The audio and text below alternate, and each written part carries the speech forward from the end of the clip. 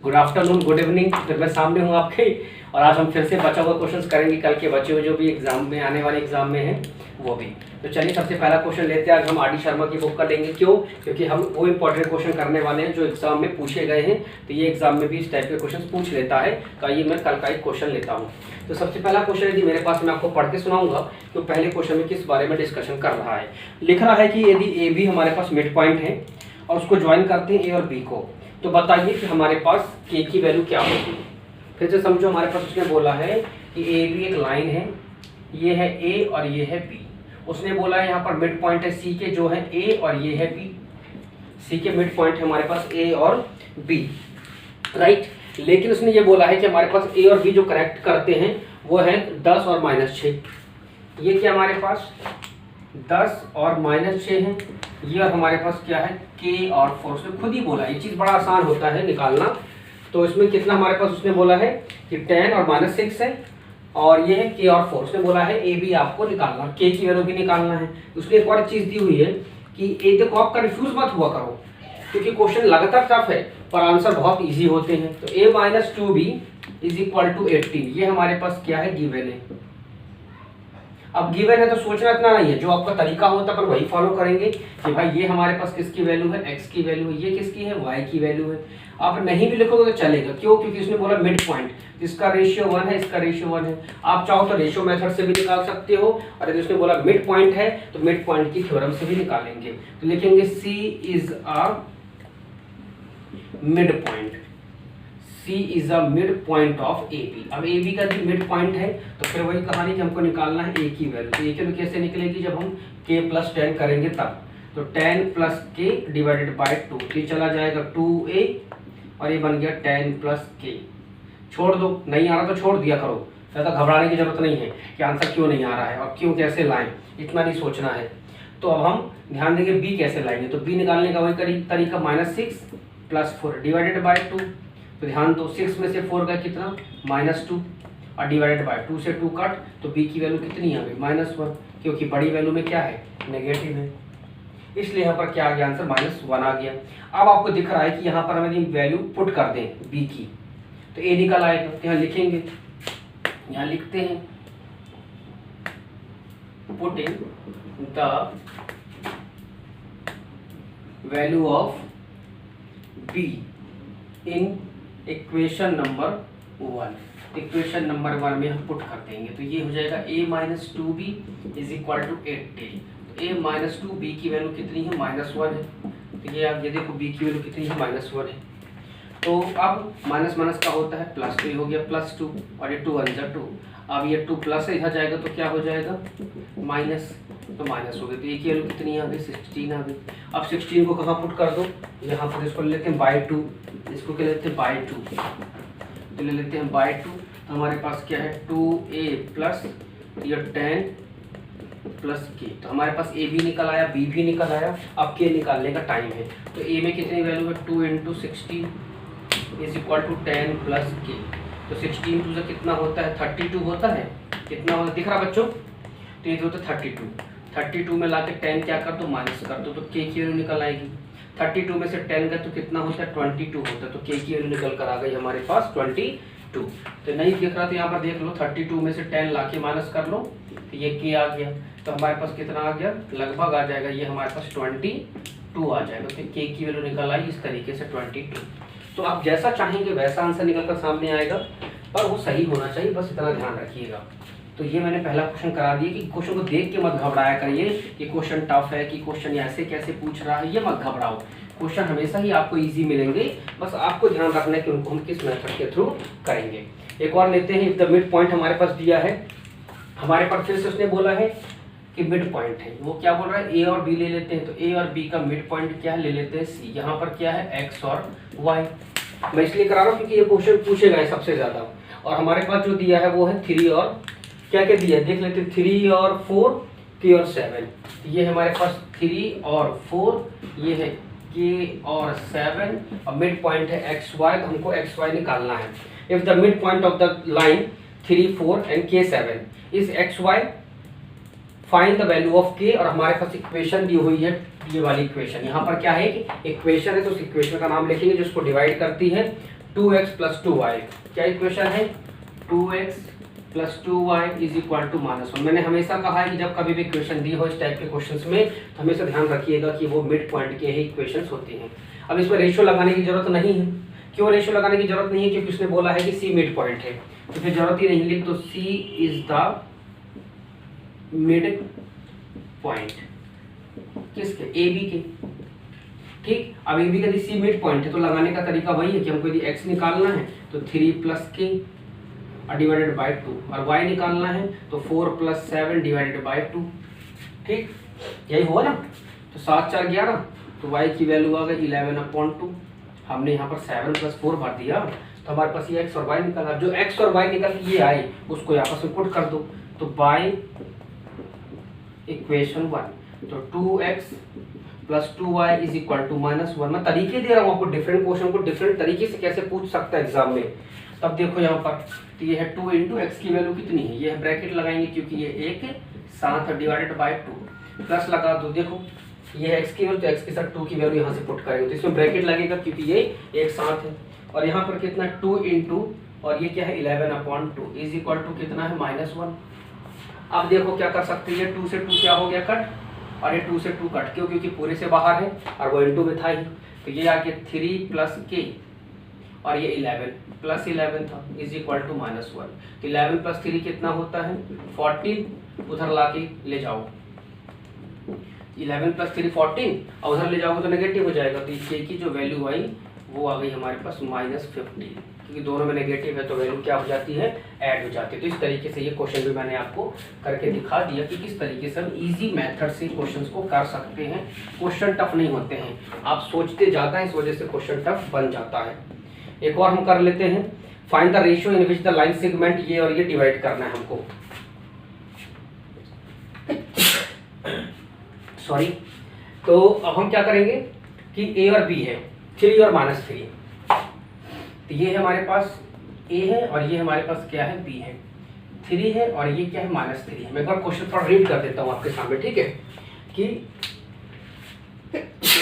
Sorry, अब देखिए कि ए हमारे पास 3 -3 और बी हमारे पास -2 और 7 है, -2 और, चलिए इस तरीके से ना बना के इसमें पूरा क्वेश्चन रीड करता हूं तो आपको ज्यादा समझ में आएगा। चलिए इसमें लिखा find the ratio in which the line segment joining the point A and B, find the ratio in which the line segment joining the point A and B. तो हमने ए और बी को ज्वाइन कर दिया है, डिवाइडेड बाय एक्स एक्सिस, यदि इसको एक लाइन एक्स एक्सिस डिवाइड करे तो also find the coordinate of the point of division, also find the coordinate of the point of division. तो जहां से ये डिवाइड करे, मान लेते हैं कि यहाँ कहीं से डिवाइड करेगी तो ये डिवीजन क्या हो गया, सी हो गया, और उसने बोला एक्स एक्सिस डिवाइड करेगी, तो मैंने कहा जब एक्स एक्सिस डिवाइड करे तो ऑटोमेटिक एक्स का पॉइंट तो होगा पर वाई ऑटोमेटिक क्या हो जाएगा 0। अब खुद सोचो ना भाई, ये ग्राफ है, मान लो, ध्यान देना, ये 3 -3 कहाँ आएगा, एक्स का पॉजिटिव ये है और वाई का नेगेटिव ये है, तो मान लेते हैं 3 यहाँ 3 यहाँ, लगभग ये पॉइंट आ जाएगा यहाँ। इसका मान के चले तो एक्स एक्सिस नेगेटिव है तो यहाँ होगा नेगेटिव -2, यहाँ लेके चले, और y का 7 है पॉजिटिव है तो यहाँ तो लगभग आ जाएगा ये यहाँ, तो बनेगा कैसे, लगभग ऐसे बनेगा।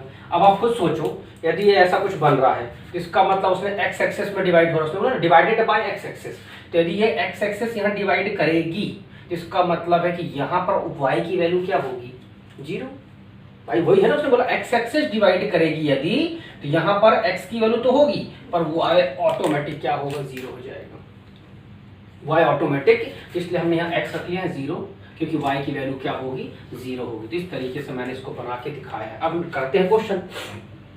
तो find the ratio in which the line segment ये divided by x, also find the coordinate of the point of division, ये कोऑर्डिनेट भी निकालना, रेशियो भी निकालना है। तो m1 रेशियो m2, देखो ये x और रेशियो वाले पूछे जाते हैं इसलिए मैं आपको करा रहा हूँ। अब लगाते हैं फॉर्मूला, तो ये x है तो सबसे पहले हम y वाला लगाएंगे, तो पहले x का लिख लेते हैं m1 इंटू x2 और m2 इंटू x1, और नीचे क्या होता है m1 प्लस m2। यहाँ लगा लेते हैं y का, तो y क्या होता है m1 इंटू y2 और ये होता है m2 इंटू y1, और नीचे क्या होता है m1 प्लस m2। तो देखो m1 की वैल्यू तो आपको मालूम है कि दी नहीं है तो हम m1 छोड़ देंगे, पर y कितना दिए 0।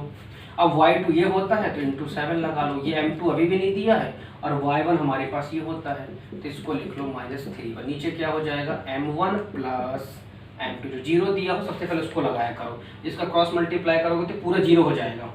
ठीक, तो अब ये बचा ये पूरा 0, 7m1 माइनस प्लस का -3m2, माइनस में है इधर आ जाएगा तो प्लस में, ये हो जाएगा 3m2 और ये 7m1। अब आपको m1 रेशियो m2 चाहिए है तो 3 को वहाँ m2 3 यहीं छोड़ दो, ये 7 इंटू में है तो यहाँ आ गया डिवाइड में, तो यहाँ सिर्फ क्या बचा m1 और ये इंटू में था ना m1 इसके साथ, तो ये m1 कहाँ m2 कहाँ चला गया यहाँ। तो इस तरीके से m1/m2 की जो वैल्यू है वो 3:7 है। अब आपको क्या निकालना था, x निकालना था तो x निकाल लो। m1 की वैल्यू कितनी है 3, x2 की वैल्यू कितनी है -2, m2 कितना है 7, x1 कितना है 3 और नीचे कितना हो जाएगा m1 प्लस ये m2, तो 3 2 -6 और 7 3 21। अब एक में प्लस है और एक में माइनस, तो क्या करते हैं सब्ट्रैक्ट करते, तो 21 में से 6 गए तो लगभग बचा कितना 15/10। अब बड़ी वैल्यू में प्लस है तो प्लस पॉइंट लगा दो एक के बाद, तो 1.5 ये निकल कर आ गई किसकी वैल्यू, x की वैल्यू निकल कर आ चुकी है। इसी में हम एक और क्वेश्चन लेते हैं 4th वाला कि उसको हम लोग कंटिन्यू में कैसे करेंगे वो ध्यान दो। ठीक, तो अब मैं एक और क्वेश्चन लेता हूँ आपके लिए कि क्वेश्चन में पूछा गया है, जैसे लिखा है इफ, चलो पढ़ देता हूँ समझा भी देता हूँ। लिखा है if the point C divide internally the line segment joining the point A and B। चलो इंटरनली पॉइंट को ज्वाइन कर लो, ये है A और ये है B। तो हमारे पास जो दिए हुए हैं A के पॉइंट है वो 2 और 5 है और B के हमारे पास x और y है। फिर से समझो, उसने बोला if the point C divide internally the line segment joining the point ये इन द रेशियो, तो इंटरनली ज्वाइन करा तो ये है C, इसमें -1 और 2 है और ये रेशियो क्या है 3:4। बहुत आसान लग रहा होगा 3, लेकिन उसने पूछा है आपसे, पूछ क्या है, पूछ रहा है फाइंड करो। क्या फाइंड करना है आपको, x² और y²। अब कुछ बच्चे को घबरा जाती है x² y² क्या है भाई, ये जो xy की वैल्यू आएगी उसी का स्क्वायर कर देंगे आंसर आ जाएगा। इतना नहीं सोचना, इतना घबराना नहीं है, आंसर आके देखिए हम लगाते सबसे पहले ये लगाएंगे ये वाला, ये xy नहीं लेंगे। ध्यान रखना गलती नहीं करना कि सर ने तो भाई मिड पॉइंट को हमेशा बीच वाले को xy लेना सिखाया है, अब xy नहीं लोगे क्योंकि यहाँ पर xy दिया है ना, यदि यहाँ भी xy ले लोगे तो अनर्थ हो जाएगा। तो इस पर हम डायरेक्टली ले लेंगे, इस पर हम डायरेक्ट ले लेंगे, कोई दिक्कत नहीं है। यहाँ यदि नहीं लेना तो लगाना है फॉर्मूला लगा लो, इसको ले लेते हैं आप C1 C2 ले लो, ठीक, तब तो कोई प्रॉब्लम नहीं है। तो C1 = फॉर्मूला क्या होता है भाई m1 × x2 m1 m2 × x1 और नीचे क्या है m1 + m2। तो सबसे पहले निकाल लेते हैं C1 बराबर, तो C1 बराबर दिया है -1 m1, तो m1 की वैल्यू कितनी है 3 और ये m2 कितना है यहाँ पर, x2 कितना है x है, m2 कितना है 4 और x1 की वैल्यू यहाँ कितनी है 2 और नीचे क्या हो जाएगा m1 + f2 तो हो जाएगा 7, ये यहाँ चला जाएगा तो हो जाएगा -7 और ये 4 2 8, तो यहाँ ला के क्या कर दोगे -8 क्योंकि पॉजिटिव और ये हो जाएगा 3x इंटू में, 8 7 15 तो -15 और 3 से ला के डिवाइड कर दो क्योंकि इंटू में है, तो 3 5 तो -5 = x। तो ये निकल कर आ गई किसकी वैल्यू x की। आप चाहो तो C2 भी यही निकाल देता हूँ मैं। जब C2 निकालोगे तो formula m1 × y2 m2 × y और नीचे क्या होगा m1 + m2। तो देखो m1 की वैल्यू फिर वही 3 और y2 की वैल्यू कितनी होगी y, m2 कितना है 4 और y1 ये वाला होता है तो 5 और नीचे क्या है m1 + m2 मतलब 10 और C2 की वैल्यू कितनी है 2। अब 10 2 से कितना हुआ 20, दिख रहा सभी बच्चों को 10 2 20, तो ये देखो ये हो जाएगा 10 का, यहाँ तक दिख रहा सभी को, तो 10 का 2 में क्रॉस करो तो ये हो गया 20। अब ये 3y + 5 हो जाए 20, तो ये लिख लेंगे 3y + 20। अब 20 पॉजिटिव इधर आएगा तो नेगेटिव, तो 20 - 20 बराबर कितना 3y, तो 20 में से 20 0 और 3 से ला के डिवाइड करोगे तो आंसर 0, तो 0 बराबर क्या आ गया y की वैल्यू आ गई। तो इस तरीके से हमारे पास आंसर्स में इतना सारा दिया हुआ है जिनको आप फाइंड आउट कर सकते हैं। उम्मीद कर रहा हूँ कि आपको समझ में आ रहा होगा। आप पूरा का पूरा फ़ायदा उठाइए, पढ़िए अच्छे से, क्योंकि आपको पता है कि हमारे इंडिया में जो केस हैं वो डे बाय डे बढ़ते चले जा रहे हैं। हमारा इंडिया कहीं 20वें 25वें नंबर पे था, रैंकिंग पे था, अभी हमारा भारत जो है 7वें नंबर पे है और कुछ 1-2 दिन में ही हम इटली को भी क्रॉस करके इटली से भी आगे निकल जाएंगे। वहाँ 2.5-3 लाख केसेस हैं इटली में, हमारे यहाँ 2,38,000 केस ऑलरेडी हो चुके हैं। और 2 दिन हम ये क्रॉस कर जाते हैं और आज सबसे ज़्यादा केसेस हमारे इंडिया में देखने को मिले हैं, लगभग 11,000 के आसपास। अब आप सोचो कि ऐसी कंडीशन हमारे भारत में रही तो क्या आपका स्कूल खुलेगा? शायद नामुमकिन है। और जब स्कूल नहीं खुलेगा तब बोर्ड एग्जाम दोगे कैसे? मतलब पढ़ाई तो करना पड़ेगा, और स्कूल वाले भी चाह रहे हैं कि वो ऑनलाइन ही पढ़ाएं, चाहे वो जुलाई में स्कूल खुले चाहे सितंबर में। तो स्कूल जैसे ही खुलता है भी समर वेकेशन के बाद, तो ऑनलाइन आपको पढ़ाएंगे स्कूल वाले भी। तो सिलेबस कैसे कंप्लीट करोगे? मैंने देखा है कई स्कूलों में तो डायरेक्टली नोट्स दे रहे हैं, एक्सप्लेन ही नहीं कर रहे हैं, तो कैसे करेंगे? तो ये चीज़ प्रॉब्लम हो सकती है। और साइंस बिना समझे आप बोर्ड एग्जाम नहीं दे सकते। तो मैं आपको साइंस भी पढ़ा रहा हूँ, यदि कोई बच्चा मेरे से साइंस पढ़ना चाहता है तो मुझे डेली का डेली 12:30 12:30 पे मीटिंग ऐप में मुझे डायरेक्टली लाइव देख सकता है। मैं मीटिंग ऐप पे डायरेक्टली 12:30 12:30 पर डेली साइंस पढ़ा रहा हूँ। मेरे 4 से 5 चैप्टर वहाँ पर साइंस के हो भी चुके हैं। यदि कोई इंटरेस्टेड है तो वो वहाँ पर आके पढ़ सकता है, राइट। तो हम बात करेंगे, सबसे पहली बात है कि इस क्वेश्चन को हम लेते हैं उसको कैसे करेंगे। तो ध्यान रखिए, आपके देश में लॉकडाउन जिस हिसाब से और जिस हिसाब से चल रहा है, कि हमारे देश में बढ़ गया ना तो हम 2nd नंबर पे आ जाएंगे। तब सोचो हमारे देश में ना कब तक लॉकडाउन लगा रहेगा आपको भी नहीं पता है। और लॉकडाउन दिए खींच गया अक्टूबर नवंबर दिसंबर तक, और एग्जाम मार्च में है, तब क्या सीधा सीधा एक ही रास्ता बचेगा, सिर्फ और सिर्फ ऑनलाइन स्टडी। तो बिल्कुल हेजिटेट मत हो, आपको बहुत अच्छे एकदम पढ़ा रहे हैं, नॉर्मल तरीके से बैठ के जैसे ऑफलाइन पढ़ा जाता है बस वैसे ही ऑनलाइन है। बस आपको थोड़ा कॉन्सेंट्रेट करने की ज़रूरत है, और जिस दिन आपने कॉन्सेंट्रेट कर लिया तो समझ लो कि सब कुछ अच्छा हो जाएगा। तो हम एक क्वेश्चन और लेंगे और उसको भी करते हैं कि किस तरीके से करेंगे। देखिए वैसे तो आपको बन जाएगा, रिक्वायरमेंट नहीं है, चलिए देख लेते हैं। डिटरमाइन द रेशियो, क्या करेंगे? Determine the ratio in which point ये, ठीक है। देख लो एक क्वेश्चन और, 5th क्वेश्चन देख लेते हैं आज के, फिर हम कल से नया टॉपिक पढ़ने वाले हैं। इसी में area of triangle last exercise पढ़ेंगे। डिटरमाइन द रेशियो इन विच -6 और 8 डिवाइड, तो -6 और ये डिवाइड करता है, किसको डिवाइड करता है? एक को, तो ये है -3 और 1, और ये क्या है? -8 और 9 है। और रेशियो क्या दिया? फाइंड द वैल्यू ऑफ ए।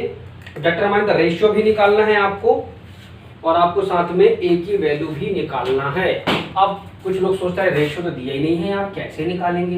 ए भी नहीं दिया है, कैसे निकालेंगे? इतना सोचना नहीं है यार, आपको सिखाया था सर ने ना, देवेंद्र सर ने क्या सिखाया कि सीधी सी बात है, ये होती है एक्स वाई की वैल्यू, ये होती है x1 y1, ये होता है x2 y2, और नहीं तो c1 है तो c1 c2 ले लो। करने का तरीका वही, फिर x इज इक्वल टू हम डायरेक्ट लगाएंगे विदाउट फॉर्मूला इस बार, ताकि आपको याद हो जाए। तो m1 नहीं दिया कोई बात नहीं, डायरेक्ट क्या लगाएंगे? ये है x2 की वैल्यू, आपको भी डायरेक्ट बनना चाहिए m2 की वैल्यू, और ये है हमारे पास -3, और नीचे m1 प्लस m2। मैं आपको डायरेक्ट सिखा रहा हूँ।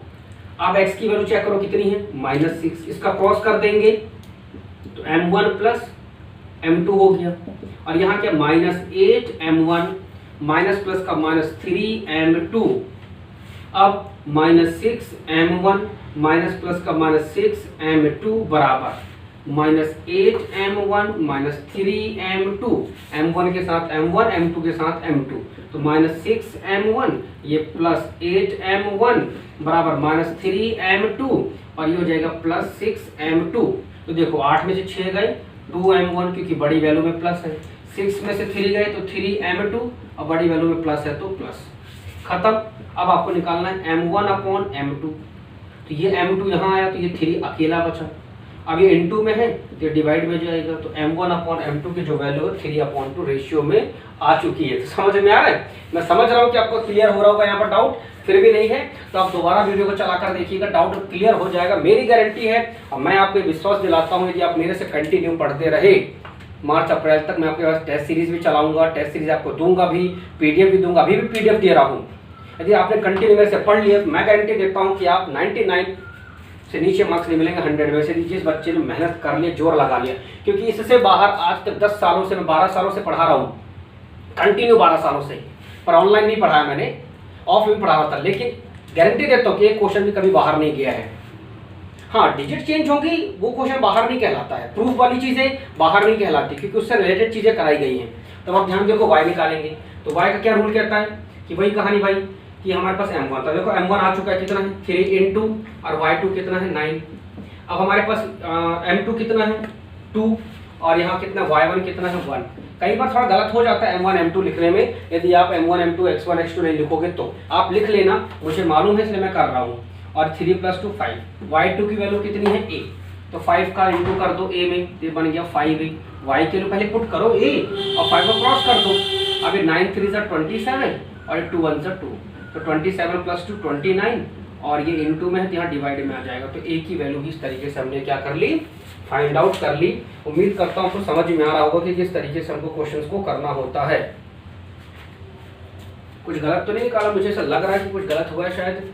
ये था x1, ये था x2, है ना, ये y1 और ये y2। तो सबसे पहले मैं y2 लिया m1 के साथ, ठीक है, तो m1 कितना 3, तो 3 इंटू y2 तो 9 लिया। फिर हमने 2 के साथ क्या लिया, 1 लिया, तो 9 3 = 27 + 2 29। अब नीचे 5 भी तो, अच्छा 5 का तो हमने उल्टे कर दिया था ना पहले ही, और यहाँ a था, तो 27 + 5 तो हो गया 29/5। इस तरीके से हमने निकाला। मुझे लग रहा है कुछ गलत आ रहा है क्या शायद, एक बार चेक करते हैं कि किस प्रकार। वैसे तो मेरे हिसाब से सही है, पर शायद मुझे थोड़ा गलत लग रहा है, तो एक बार आप चेक करिएगा इसको करके कि आंसर क्या आ सकता है, क्योंकि मैंने डायरेक्ट लगाया है तो हो सकता है कुछ अलग हो। एक बार आप भी चेक कर लेगा, हो सकता है बुक में भी गलत हो आंसर, ऐसा नहीं है कि बुक में भी गलत हो सकता है, तो ध्यान रखिएगा। और जो मैंने आपको आज समझाया है, कहा है, उसको बिल्कुल ध्यान रखिए। ये तो फ्यूचर आपका है बेटा, जिंदगी भर आपको पढ़ाई करना है। जो आप कमाओगे, जो करोगे, फ्यूचर आप अपना बनाओगे, अपने माँ बाप का, माता पिता का कोई नहीं बनाता है। जो कमाओगे, जो बनोगे, वो आप अपने लिए बनोगे। तो बिल्कुल भी ढील मत दो, पढ़ाई कंटिन्यू करते रहो, ये फ़ायदा आपके लिए मिला है। और मैं हकीकत कहता हूँ, जिसने इसका फ़ायदा उठा लिया ना, वो ज़िंदगी भर जब कभी भी 10th का रिजल्ट देखेगा ना, तो उसको बहुत खुशी होगी, काश कितना बढ़िया टाइम था, मैंने कितना बढ़िया फ़ायदा उठाया था लॉकडाउन का। और जो नहीं उठा पाएगा, उसको ज़िंदगी भर पछतावा होगा कि क्यों मैंने ये चीज़, लॉकडाउन का फ़ायदा नहीं उठाया, मेरे बोर्ड एग्जाम में मार्क्स कम हो गए। तो ऐसा ना हो, कभी पछताना ना पड़े, मेरी बात हमेशा याद रखिए, पढ़ाई करिए। Okay, so thank you very much and have a nice day.